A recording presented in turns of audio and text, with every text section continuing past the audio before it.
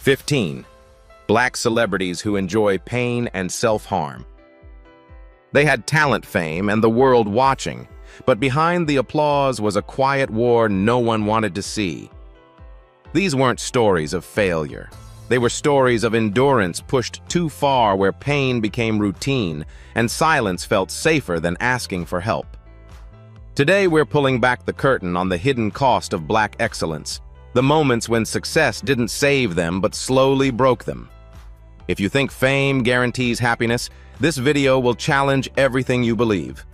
Watch closely, stay with us to the end, and join the conversation. This is Legends of Black Excellence. J.J. Johnson. J.J. Johnson was not simply a respected jazz trombonist. He was a structural architect of modern bebop. Rising in the 1940s, he transformed an instrument once viewed as clumsy into one capable of speed, precision, and intellectual depth.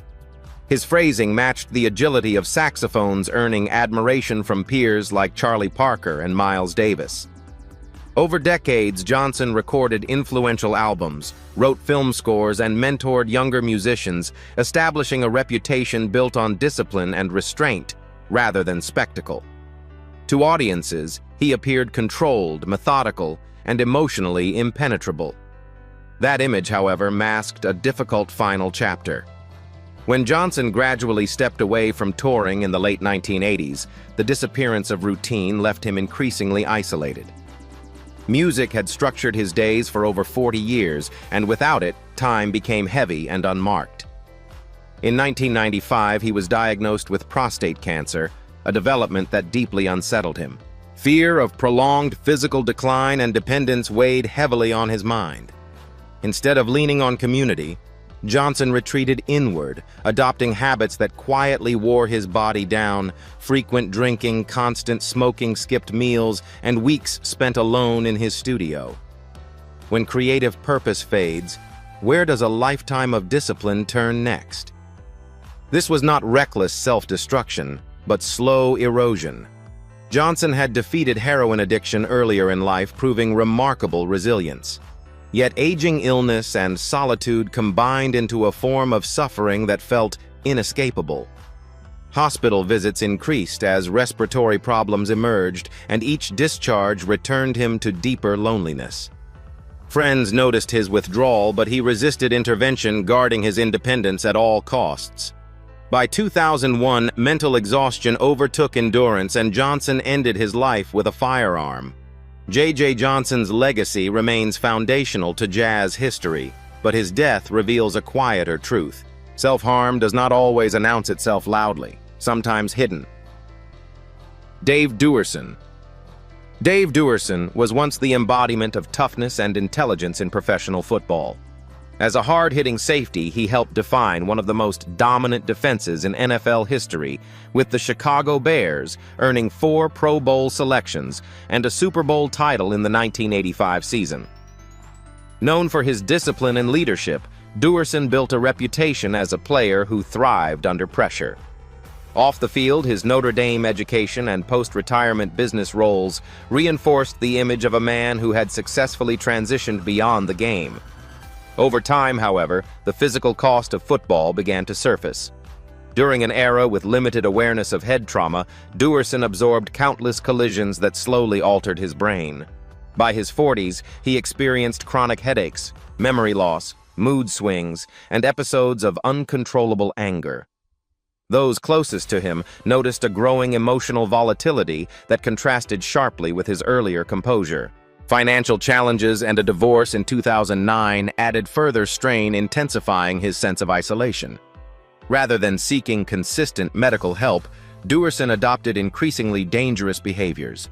He drove recklessly, ignored personal safety, and resisted treatment, reflecting a mindset shaped by years of playing through pain. Pride and self-reliance, once assets on the field, became barriers to recovery. Depression deepened as professional opportunities slipped away and personal relationships fractured. He understood something was wrong, yet lacked a clear path forward.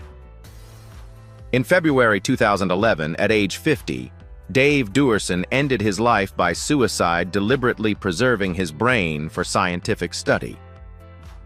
Subsequent examination confirmed chronic traumatic encephalopathy (CTE), a degenerative condition linked to repeated head injuries. His death became a pivotal moment in the national discussion about football safety. Duerson's story reveals that self-harm is not always sudden. It can emerge from years of silent damage endured in the belief that strength means suffering alone. Chris Lighty. Chris Lighty was one of the most influential architects in modern hip-hop, a behind-the-scenes force whose decisions shaped careers and entire eras. Rising from the Bronx, he founded Violator Management and guided some of the genre's biggest names, negotiating landmark deals that changed how hip-hop artists were valued in the mainstream industry. Known for sharp instincts and relentless work ethic, Lighty projected control, confidence, and resilience. To the public, he represented success earned through intelligence and endurance, rather than spectacle. That drive, however, came with an unforgiving pace. By the late 2000s, the industry Lighty helped build was shifting rapidly. Digital disruption, declining record sales, and constant negotiation pressure intensified his workload. Days blurred into nights filled with meetings, contracts, and phone calls, leaving little room for rest. At the same time, his personal life was unraveling. A prolonged divorce beginning around 2011, combined with reported multi-million-dollar tax issues, created a level of stress that success could no longer offset. When a person becomes the pillar everyone leans on, who absorbs the weight when cracks begin to form. Rather than slowing down, Lighty pushed harder. Exhaustion became routine, sleep irregular, and alcohol increasingly present as a coping mechanism after long days. Friends later described periods when he withdrew completely. Phones, unanswered appointments, missed communication cut off. Isolation, once a brief escape, turned into a pattern. The pressure of maintaining authority in a high-stakes environment while privately feeling overwhelmed eroded his emotional stability. In August 2012, at age 44, Chris Lighty died by suicide following a family dispute. His death shocked the music world not because of scandal, but because it exposed how deeply hidden his struggles had been. Lighty's story challenges the assumption that power equals protection. Self-harm, in his case, did not stem from public collapse, but from years of internalized stress, overwork, and silence. His legacy remains foundational to hip-hop, yet it also serves as a reminder that unchecked pressure can quietly dismantle even the strongest minds. Nina Simone. Nina Simone was one of the most formidable voices of the 20th century, an artist whose music carried both technical brilliance and moral force. Trained as a classical pianist, she fused jazz, blues, soul, and classical traditions into a sound that was unmistakably her own.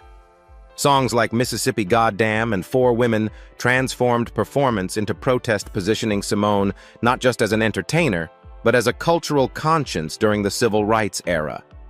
On stage, she appeared commanding and fearless, a figure who seemed to draw strength directly from confrontation. Behind that authority, however, Simone lived with profound psychological turmoil. From the late 1960s onward, she struggled with what was later diagnosed as bipolar disorder at a time when mental illness was poorly understood and rarely treated with consistency. Intense mood swings, paranoia, and impulsive behavior became recurring patterns. She often isolated herself, severing ties with family and collaborators, and moved frequently between countries, living in self-imposed exile. Alcohol misuse and episodes of self-inflicted injury marked periods when emotional pain became unmanageable. Simone's self-harm did not always appear in obvious forms. At times, it emerged through neglect, emotional withdrawal, and deliberate isolation. There were public incidents of erratic behavior that damaged her reputation and limited professional opportunities. Concerts were canceled, contracts dissolved, and relationships fractured. Her anger, rooted in racism, betrayal, and unfulfilled dreams, often turned inward, intensifying cycles of guilt and despair. Hospitalizations became frequent, and stability remained elusive for decades. In her later years, improved diagnosis and medical support brought partial relief. Though health issues persisted, Simone regained moments of clarity and reconciliation with her legacy. She died in 2003 from natural causes, leaving behind a body of work that remains influential and uncompromising. Nina Simone's life illustrates that self-harm is not always driven by weakness, but by prolonged neglect of mental health. Her story stands as both a warning and a testament. Artistic power does not eliminate vulnerability, and untreated pain can quietly shape even the most revolutionary lives. Don Cornelius. Don Cornelius was a defining force in American television, best known as the creator and host of Soul Train, a program that aired from 1971 to 2006 and reshaped how Black music style and identity were presented to mainstream audiences. With his deep, measured voice and composed presence, Cornelius projected dignity and control. He introduced generations of artists to national television and became a symbol of cultural authority, admired for consistency rather than spectacle. For decades, his life appeared stable, purposeful, and firmly anchored in success. That stability began to fracture in the late 1990s. In 1997, Cornelius underwent brain surgery to treat an aneurysm. Although the operation was medically successful, it left him with chronic headaches and nerve pain that persisted for years. The discomfort was severe enough to disrupt daily life, yet Cornelius reportedly resisted long-term medication, choosing to endure pain privately. As Soul Train aged and eventually ended its original run, the loss of routine and relevance deeply affected him. The world he helped build was moving forward without him. When purpose disappears after decades of structure, where does identity go next? Following a divorce in the early 2000s, Cornelius became increasingly isolated. He withdrew from social circles, limited contact with friends, and spent long stretches alone in his Los Angeles home. Physical pain merged with emotional loneliness, creating a cycle of depression that remained largely unseen by the public. Known for control and self-reliance, he struggled to accept vulnerability or dependence on others. Rather than dramatic outward behavior, Cornelius's self-harm took the form of quiet endurance, untreated pain, withdrawal, and emotional silence. Hospitalizations for exhaustion occurred, but long-term recovery never followed. In February 2012, at age 75, Don Cornelius died by suicide. His legacy remains monumental, but his final years reveal a sobering truth. Self-harm does not always look chaotic. Sometimes it hides behind disciplined pride and the belief that strength means suffering alone. Tina Turner. Tina Turner was one of the most physically relentless performers in modern music, a woman who turned stamina into spectacle and pain into motion. Night after night, she sang at full power while dancing non-stop, often in heels, pushing her body far beyond ordinary limits. To audiences, she embodied survival and strength, a performer who seemed fueled by pressure rather than broken by it. Her image suggested total control, as if exhaustion itself bowed to her will. Behind that forceful presence was a far darker reality. During her marriage to Ike Turner, Tina endured years of documented physical and psychological abuse. Injuries were concealed with makeup and wardrobe, while performances continued without interruption. In 1968, after a particularly violent assault, she attempted suicide by overdosing on sleeping pills. She survived, but the experience reshaped how she related to pain. Instead of confronting it directly, she learned to absorb it, treating endurance as a requirement rather than a warning. After leaving the marriage in 1976 with little financial security, Turner entered another punishing phase. Determined to rebuild her career, she accepted grueling schedules and rehearsed obsessively. She pushed through injuries, rehearsed until her feet bled, and viewed rest as a threat to independence. Physical strain became proof of commitment, and discipline slowly crossed into self-neglect. The results on stage were electric, but the cost accumulated quietly. Over time, consequences surfaced. Chronic pain, joint damage, and long-term health complications followed later, joined by kidney disease and strokes in her later years. Eventually, Turner shifted her relationship with suffering, embracing spirituality boundaries and self-preservation. She died in 2023 from natural causes, leaving a legacy that extends beyond resilience. Tina Turner's life shows that self-harm is not always reckless or visible. Sometimes it hides inside ambition, discipline, and the belief that enduring pain is the only way forward. Richard Pryor. Richard Pryor was one of the most transformative figures in American comedy, a performer who redefined stand-up by turning personal pain into uncompromising truth. Emerging in the late 1960s and dominating the 1970s, Pryor abandoned polished routines in favor of raw confession. He spoke openly about race, poverty, addiction, violence, and fear, forcing audiences to laugh while confronting uncomfortable realities. His honesty reshaped comedy itself, influencing generations who followed. On stage, Pryor appeared fearless, as if laughter gave him control over experiences that once controlled him. Away from the spotlight, that control often slipped. Pryor's childhood was marked by instability and trauma wounds that success never fully erased. As fame accelerated, cocaine became central to his life, intensifying paranoia, impulsivity, and emotional volatility. He chased danger with reckless abandon, riding motorcycles at extreme speeds and ignoring basic safety. Risk became a coping mechanism, a way to feel alive when inner turmoil felt overwhelming. When humor becomes survival, what happens when the pain behind the jokes keeps growing? In 1980, Pryor's self-destructive spiral reached a shocking peak. While under the influence of drugs, he poured gasoline on himself and set his body on fire. He suffered severe burns across much of his body and endured months of painful recovery. The incident stunned the public and exposed the depth of his internal struggle.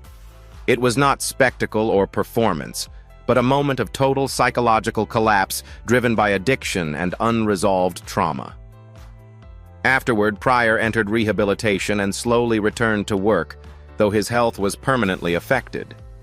Years of substance abuse and physical damage contributed to long-term complications, including the onset of multiple sclerosis later in life. His comedy became more reflective, still sharp, but marked by vulnerability. Richard Pryor died in 2005 from a heart attack. His legacy remains unmatched, yet his life stands as a powerful reminder that brilliance and self-harm can coexist, and laughter does not always mean healing. Donny Hathaway. Donny Hathaway was one of the most emotionally powerful voices in soul music, an artist whose singing carried vulnerability, warmth, and deep introspection. Emerging in the late 1960s, he quickly gained recognition not only as a singer, but also as a pianist, arranger, and producer. His solo work and legendary duets with Roberta Flack showcased a rare emotional intelligence that resonated across generations.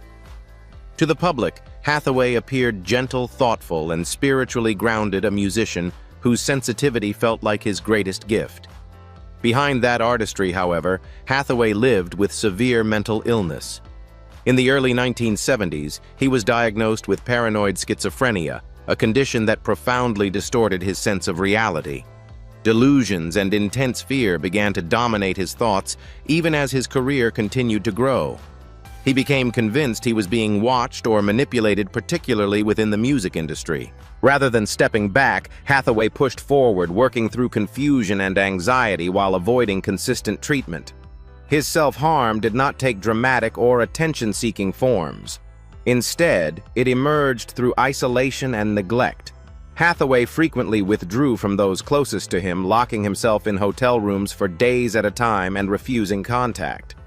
He skipped meals, slept irregularly, and lived in constant psychological distress. Studio sessions became unpredictable, performances were missed, and professional relationships strained under the weight of his condition. Hospitalizations followed, but each return to work placed him back into the same pressures that fueled his decline. In January 1979, while staying at a New York hotel, Donny Hathaway fell from a 15th-floor window and died at just 33 years old. His death shocked the music world and left lasting questions about mental health and artistic pressure. Hathaway's legacy endures through timeless recordings, but his life stands as a reminder that self-harm is not always loud or reckless. Sometimes it unfolds quietly through fear withdrawal and the gradual erosion of a brilliant mind struggling in silence. Al Green. Al Green rose in the early 1970s as one of soul music's most recognizable voices, known for his smooth falsetto emotional restraint and spiritual undertones. Songs like Let's Stay Together and Tired of Being Alone sold millions of copies and placed him at the center of American popular music. On stage, Green appeared composed and effortless, delivering intimacy without excess. To the public, his career suggested balance, grace and control, an artist seemingly at peace with success. That image shattered in 1974 after a traumatic domestic incident that left Green physically injured and psychologically shaken. The experience triggered a profound spiritual crisis. He stepped away from mainstream stardom and became an ordained pastor, believing faith would restore stability. Instead, it introduced a new form of suffering. Green began imposing severe discipline on himself, equating devotion with endurance. He fasted for extended periods, slept little, and delivered sermons lasting hours without water or rest, repeatedly pushing his body beyond safe limits. When sacrifice is praised as virtue, how can someone tell devotion from self-destruction? Through the late 1970s and early 1980s, this pattern intensified. Green balanced preaching with intermittent recording and touring, creating cycles of exhaustion and dehydration. Hospitalizations occurred, yet he minimized their significance, interpreting physical collapse as spiritual testing. His voice weakened under strain. Album releases became irregular and career momentum slowed. What appeared outwardly as religious commitment often functioned as prolonged self-neglect, with pain accepted as proof of moral worth. Eventually, consequences became unavoidable. Declining stamina and health concerns forced Green to reassess his relationship with suffering. Over time, he learned to separate faith from punishment, returning to music with moderation while continuing his ministry. Later performances emphasized preservation rather than proof. Al Green's story reveals a subtle form of self-harm, one rooted not in recklessness, but in denial of basic human limits. His life reminds us that endurance alone does not define strength. True resilience often begins when pain is no longer treated as a requirement for purpose. Phyllis Hyman. Phyllis Hyman possessed one of the most elegant and emotionally controlled voices in soul and jazz music. Rising in the late 1970s, she became known for her rich contralto, flawless phrasing, and dignified presence. Songs like You Know How to Love Me and Living All Alone turned her into a quiet icon, admired for restraint rather than excess. On stage, Hyman appeared composed and unshakable, delivering heartbreak with calm authority. To audiences, she represented sophistication and emotional maturity. Behind that polish, however, Hyman carried deep psychological pain. She lived for years with severe depression and bipolar disorder conditions that were poorly understood and often stigmatized at the time. As her career advanced, she placed increasingly high expectations on herself, equating worth with performance. When projects underperformed or industry support weakened in the early 1980s, Hyman internalized the disappointment as personal failure.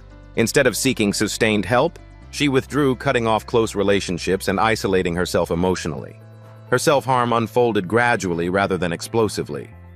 Hyman worked through exhaustion, accepted demanding schedules, and relied heavily on prescription medication to manage sleep and anxiety. Alcohol became a frequent companion. These habits dulled pain temporarily, but deepened her dependence and emotional numbness. Friends described periods when she disappeared for weeks, unreachable and withdrawn. Even as her music continued to resonate, her private world narrowed, shaped by loneliness and untreated illness. In the early 1990s, her condition worsened. Professional opportunities slowed, reinforcing feelings of invisibility and despair. Hospitalizations occurred, yet lasting stability remained elusive. In June 1995, at age 45, Phyllis Hyman died from an overdose of prescription drugs, officially ruled a suicide. Her death shocked fans who associated her voice with control and grace. Hyman's life reveals how self-harm can hide behind elegance and professionalism. Pain does not always look chaotic. Sometimes it wears poise. Her legacy endures through timeless recordings, but her story remains a sobering reminder that emotional suffering, when carried alone, can quietly become fatal. Halle Berry. Halle Berry's rise in Hollywood is often celebrated as a triumph of perseverance against long-standing barriers. Beginning in the late 1980s, she transitioned from modeling to television and film at a time when opportunities for black actresses were limited and heavily scrutinized. Every role required exceptional effort, constant visibility, and physical discipline. To the public, Berry embodied determination, someone who outworked expectations and refused to disappear in an unforgiving industry. That determination, however, came with a cost she carried quietly. Early in her career, Berry was diagnosed with type 1 diabetes, a condition demanding careful balance, rest, and monitoring. Instead of slowing down, she intensified her schedule. Long filming days, little sleep, strict training routines, and pressure to maintain a flawless image became routine. Berry later acknowledged that during this period, she often ignored warning signs from her body, treating exhaustion as a necessary sacrifice rather than a serious risk. When ambition demands constant sacrifice, how does someone recognize the moment discipline turns into self-neglect? Emotional strain compounded the physical toll. In the early 1990s, Berry experienced profound loneliness and depression following personal and professional setbacks. She has spoken openly about a period when suicidal thoughts emerged, revealing how deeply pressure and isolation affected her mental health. Although she did not act on those thoughts, the experience marked a critical moment where success and self-harm stood uncomfortably close. Rather than pausing to recover, Berry immersed herself further into work, using non-stop activity as a shield against emotional pain. Even as her career reached historic heights, culminating in her Academy Award win in 2002, the pattern of overextension continued. Injuries, fatigue, and health complications followed. Over time, Berry began redefining strength, choosing boundaries, responsible health management, and openness about mental well-being. Halle Berry's story shows that self-harm does not always look dramatic or intentional. Sometimes it appears as chronic overwork, ignored illness, and emotional suppression.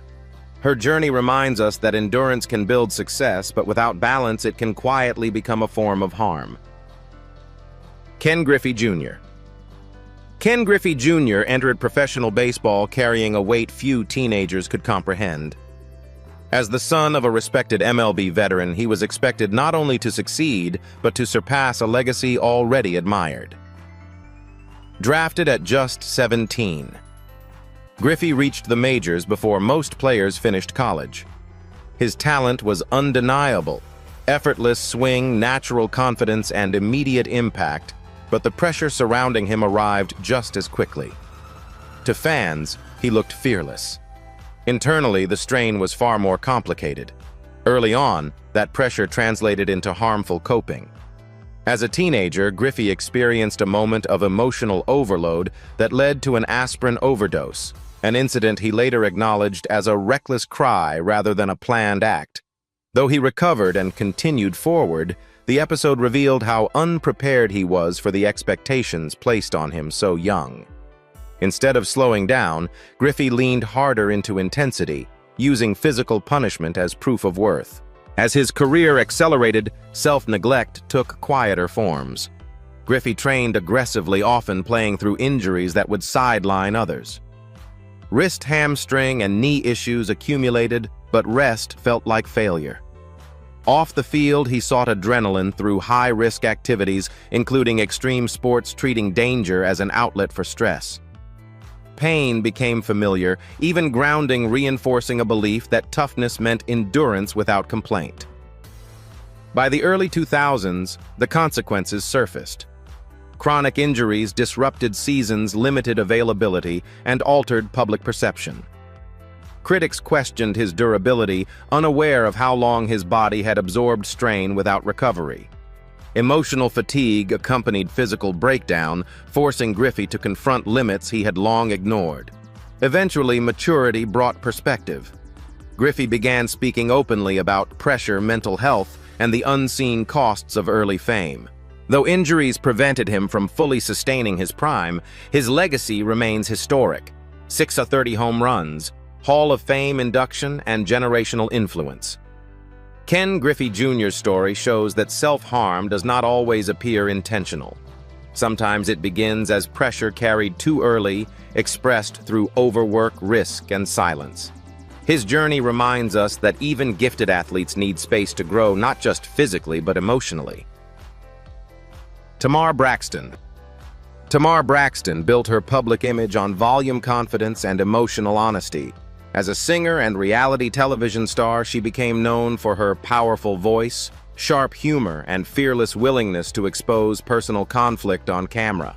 From her early music career to her breakout success on Braxton Family Values, Tamar appeared unfiltered and strong, someone who thrived under attention rather than shrinking from it.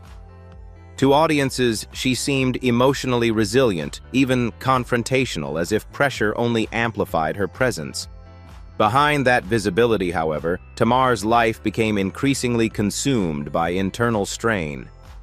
Reality television blurred the boundary between performance and private pain, turning personal struggles into public narratives. By the mid-2010s, non-stop filming schedules, online criticism, and constant comparison within her famous family began to take a toll. Instead of stepping back, Tamar leaned further into exposure. Social media became both outlet and weapon, where late-night posts, public arguments, and emotional confessions intensified rather than relieved distress. When pain is processed in public, does attention heal it or deepen the wound? Her self-harm did not take traditional forms, but it was persistent. Sleep deprivation, emotional overextension, and online conflict became daily patterns. Tamar admitted to staying awake for days, arguing with critics and reliving personal trauma in real time. Marriage difficulties and a highly public divorce compounded the pressure, leaving her feeling isolated despite constant visibility. What appeared as drama to viewers was in reality a prolonged cycle of emotional exhaustion and self-punishment. In 2020, Tamar reached a breaking point when she was hospitalized following an overdose during a period of severe depression. She survived and later spoke openly about her mental health struggles, therapy, and the danger of ignoring warning signs. The incident marked a turning point, forcing her to slow down and reassess how much of herself she was sacrificing for relevance and validation. Tamar Braxton's story shows how self-harm can exist in plain sight. It does not always look silent or hidden.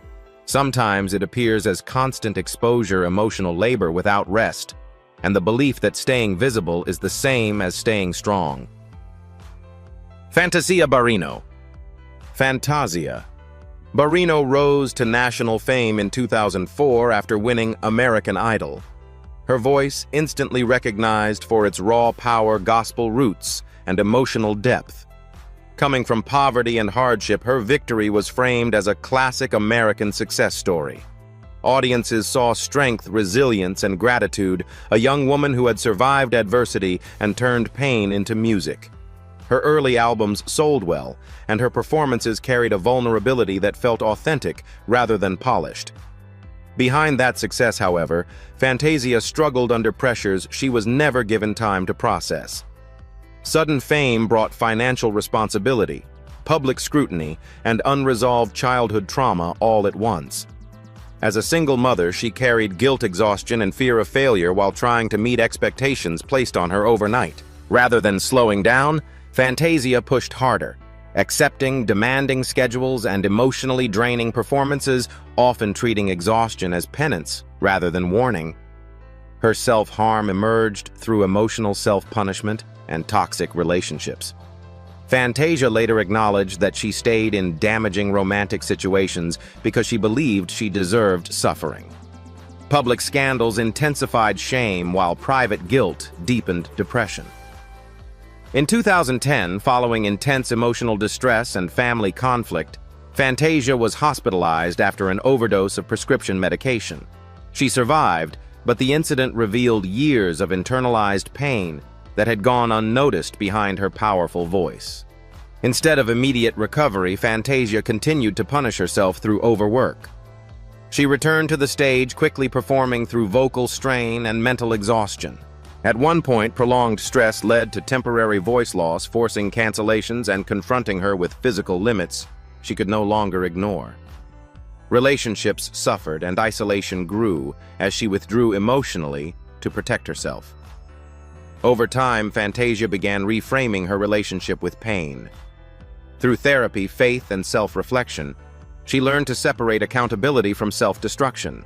Her later work reflects stability rather than survival. Fantasia Barrino's story shows that self-harm does not always look violent or impulsive. Sometimes it appears as guilt-driven endurance, the belief that suffering is owed. Her journey reminds us that healing often begins when pain is no longer mistaken for proof of strength. Cheslie Kryst. Cheslie Kryst appeared to embody modern excellence. Crowned Miss USA in 2019, she was not only a beauty queen but also a licensed attorney and television correspondent. Intelligent, articulate, and visibly driven, Kryst represented a new standard, someone who balanced ambition, service, and public visibility with apparent ease. To audiences, her life seemed meticulously built: elite education, national recognition, and a fast-rising media career in New York City. Behind that polished image, however, pressure accumulated relentlessly. After relocating to New York, Kryst maintained punishing schedules that often stretched well beyond standard workdays. Legal work, television appearances, public speaking, fitness, and image maintenance competed for the same limited hours. Rather than slowing down, she internalized the belief that rest equaled failure. Perfection became expectation, and expectation quietly turned into self-imposed punishment. When success demands constant excellence, where does a person place their exhaustion? As months passed, isolation grew. Friends later described how Kryst masked fatigue with positivity while privately struggling with anxiety and depression. The comparison culture of social media intensified feelings of inadequacy despite outward achievements. Instead of seeking sustained support, she withdrew emotionally, choosing independence over vulnerability. Risk-taking behaviors emerged, including solitary adventures and physically demanding challenges that pushed her limits, offering momentary control amid emotional turmoil. Kryst spoke openly in essays and interviews about battling depression, particularly the fear of not being enough as time moved forward. She acknowledged the mental toll of maintaining an image of constant success. These admissions revealed a woman deeply self-aware, yet still trapped by internal expectations she could not release. Pain, rather than being addressed, was managed through endurance and silence. In January 2022, at age 30, Cheslie Kryst died by suicide. Her death shocked those who saw her as a symbol of empowerment and progress. Kryst's story is a stark reminder that self-harm does not always arise from failure. Sometimes it grows in the shadow of achievement, where pressure replaces compassion and suffering is mistaken for strength. Behind fame, talent, and historic achievements, these stories expose a truth many prefer to overlook. Success does not erase pain. It often magnifies it. For these figures, self-harm rarely looked chaotic or reckless. It appeared through silence, overwork, endurance, and untreated emotional wounds hidden behind excellence. Their lives challenged the belief that strength means carrying everything alone without breaking. So the real question becomes this: do we truly celebrate Black excellence? Or do we quietly reward suffering as proof of worth? If pressure, not failure, is the greater danger, then what responsibility do industries, audiences, and fans carry in recognizing the cost of greatness? This is Legends of Black Excellence, where honoring legacy also means confronting the uncomfortable truths behind it.